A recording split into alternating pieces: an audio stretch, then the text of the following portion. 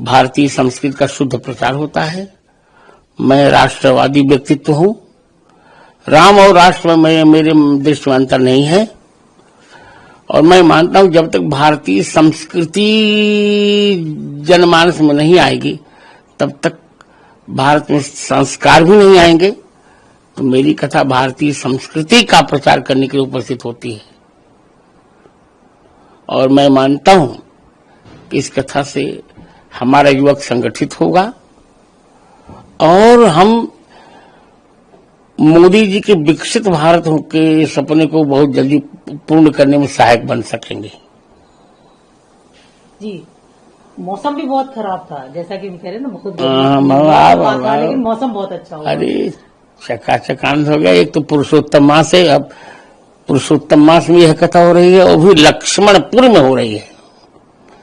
और आज की कथा का जो मेरा शीर्षक होगा वो लक्ष्मण गीता से ही होगा।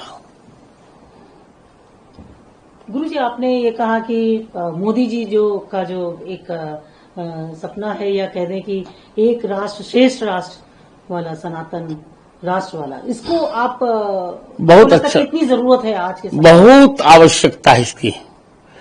आप देख रही हैं विश्व अशांति की अग्नि ज्वाला में झुलस रहा है। एक ओर ट्रंप का तानाशाही रुख, दूसरे ओर ईरान का भी अपने निश्चय पर अडिग रहना, इजराइल का, इससे बहुत आर्थिक संकट विश्व पर आ गया है तेल को लेकर। इस ऐसी स्थिति में भारत को सुदृढ़ होना बहुत आवश्यक है और यह सुदृढ़ तब हो सकेगा जब प्रत्येक भारतीय जन में एक भारत के प्रति समर्पित भावना होगी।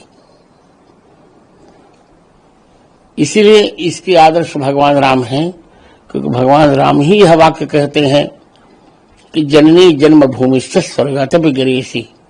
वाल्मीकि रामायण के युद्ध कांड के 118वें सर्ग में तिरहुती संस्करण में ये श्लोक मुझे मिला। लोग कुछ भी बोले पर मैं सबसे प्रश्न करता हूं, विपक्ष हो चाहे सपक्ष हो, राम जी कहते कौन ऐसा बोला जिसने जो कहते जननी जन्मभूमि से स्वर्गतः गिरीशी? तो राम जी ही बोल रहे हैं ना। इस राष्ट्र को राम जी के ही आदर्श की आवश्यकता है। पर इसको लेके सवाल भी बहुत ज्यादा खड़े होते हैं, आप भी सुनते हैं। अगर तो राम जी को रावण भी तो राम जी की निंदा तो रावण भी करता था, तो क्या बिगड़ गया? पर जो सही सही पढ़ते लिखते होंगे वे जान जाएंगे कि इस राष्ट्र को श्री राम के आदर्शों की बहुत आवश्यकता है। जो बाबा साहब अम्बेडकर की दुहाई देते हैं वे शायद नहीं देखे होंगे। भारतीय संविधान की जब प्रथम प्रति छपी थी तो उसमें सीताराम जी का फोटो भी था। जी, पर सनातन को लेके जब विपक्ष परिहास करता है, चाहे राहुल गांधी हो चाहे मोदी जी कुछ भी करते हैं उस पर सवाल खड़े करते हैं, चाहे विपक्ष हो अखिलेश यादव जी हो, तो आपको लगता है कि क्यों से विपक्ष आज सवाल खड़े करने के लिए कुछ भी बोलता है या सिर्फ मोदी जी को विरोध करना है? इनके पास कोई मुद्दे ही अब नहीं रह गए ना,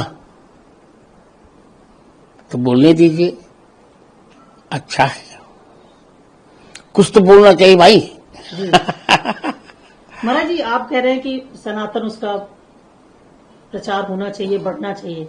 ऐसे में आप आजकल नाम सुन रहे होंगे कॉकरोच पार्टी, क्या लगता है? वो तो बचपना, उसका बचपना है तो समाप्त, उसी को चर्चा क्या करें।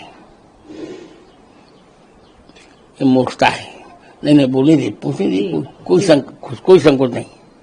जी, तो क्या लगता है वो जैसे कह रहे हैं कि हमारे साथ इतने करोड़ लोग जुड़ गए, नहीं लोग जुड़ गए, या एक ये सवाल खड़ा करना कि इस देश में जो युवा हैं उनको कॉकरोच की तरह ऐसा नहीं, युवकों को बहुत रोजगार मिल रहे हैं। आप भी देखते हैं, हम भी देखते हैं।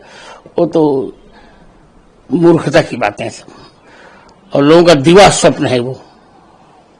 महाराज जी, क्या लगता है कॉकरोच पार्टी जैसे पार्टी नहीं बनाने से क्या मतलब है, क्या कहना चाहते हैं? कुछ नहीं कहना चाहते कि मूर्खता की बात है।